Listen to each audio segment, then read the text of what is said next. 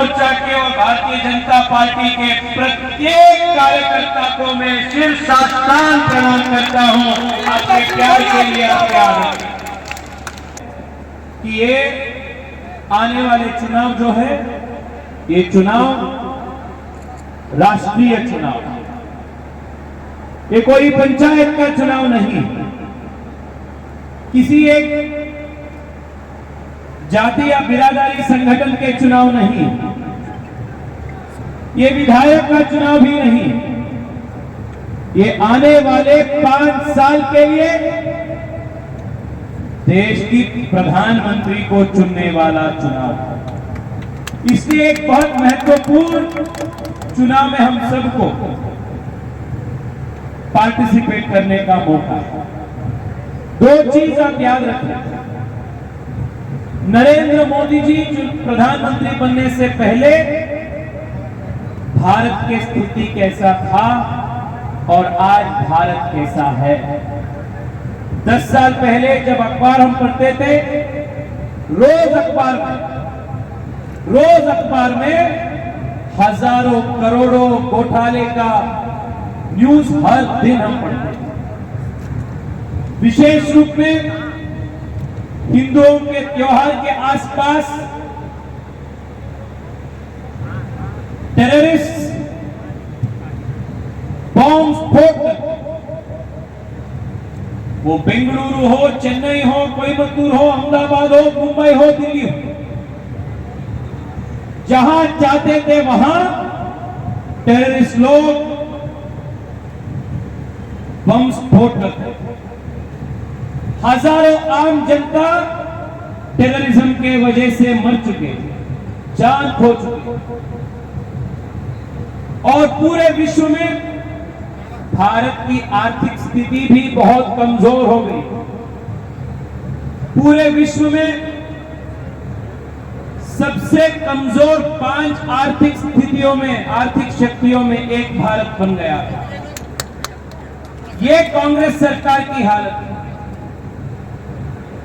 10 साल के बाद आज भारत ब्रिटेन को पीछे कर विश्व के सबसे तेज गति से बढ़ रहे आर्थिक शक्ति के रूप में उभर कर आगे बढ़ चुकी है और विश्व के 5वीं सबसे बड़ा आर्थिक शक्ति आज भारत है।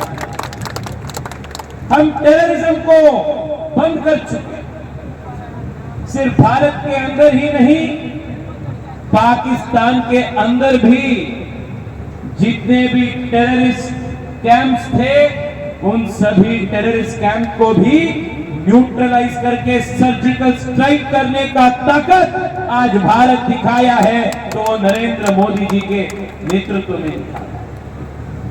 साथियों, देश की सुरक्षा, देश की आर्थिक समृद्धि और आने वाले 25 साल तक युवाओं के भविष्य, ये सुदृढ़ रहना है तो 400 पार कराना है और मोदी जी को फिर एक बार भारत की प्रधानमंत्री बनाना है।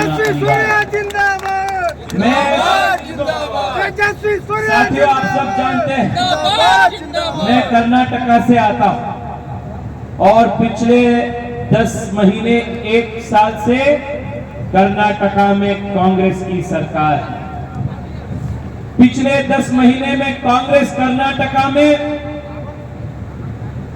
अपने जनता के प्रति, संविधान के प्रति, पिछड़े के प्रति, दलितों के प्रति घोर अन्याय कांग्रेस पार्टी कर रही है। सत्ता में आते ही कांग्रेस ओबीसी रिजर्वेशन छीनकर कर्नाटका में मुसलमानों को रिजर्वेशन देने का काम शुरू किया।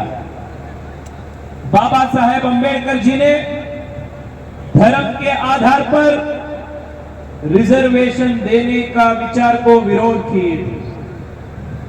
संविधान सभा में आरक्षण के बारे में जब चर्चा हुई,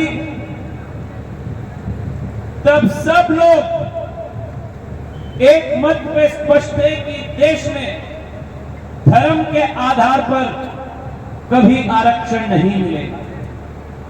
धर्म के आधार पर देश का विभाजन हो गया था, पाकिस्तान बन गए थे, उसके बावजूद भी भारत में धर्म के आधार पर आरक्षण देना नहीं चलेगा, इस विचार पर सबकी सहमति थी। इसलिए संविधान और संविधान सभा रिजर्वेशन को रिलीजन के आधार पर, धर्म के आधार पर देने के लिए मना किया, परंतु कांग्रेस पार्टी ने अपने वोट बैंक को मजबूत करने के लिए, मुस्लिम तुष्टीकरण के लिए गैर संवैधानिक मुस्लिम रिजर्वेशन को देने का काम कर रहा है। 2 दिन पहले इंडी गठबंधन के लालू यादव जी इसी विचार को प्रकट किया कि देश में अगर इंडी गठबंधन की कांग्रेस पार्टी की सरकार आएगी तो ओबीसी से, एससी एसटी से, दलित से रिजर्वेशन छीनकर उस रिजर्वेशन को मुसलमानों को देने का काम कांग्रेस पार्टी करेगी। ये साफ है साफ।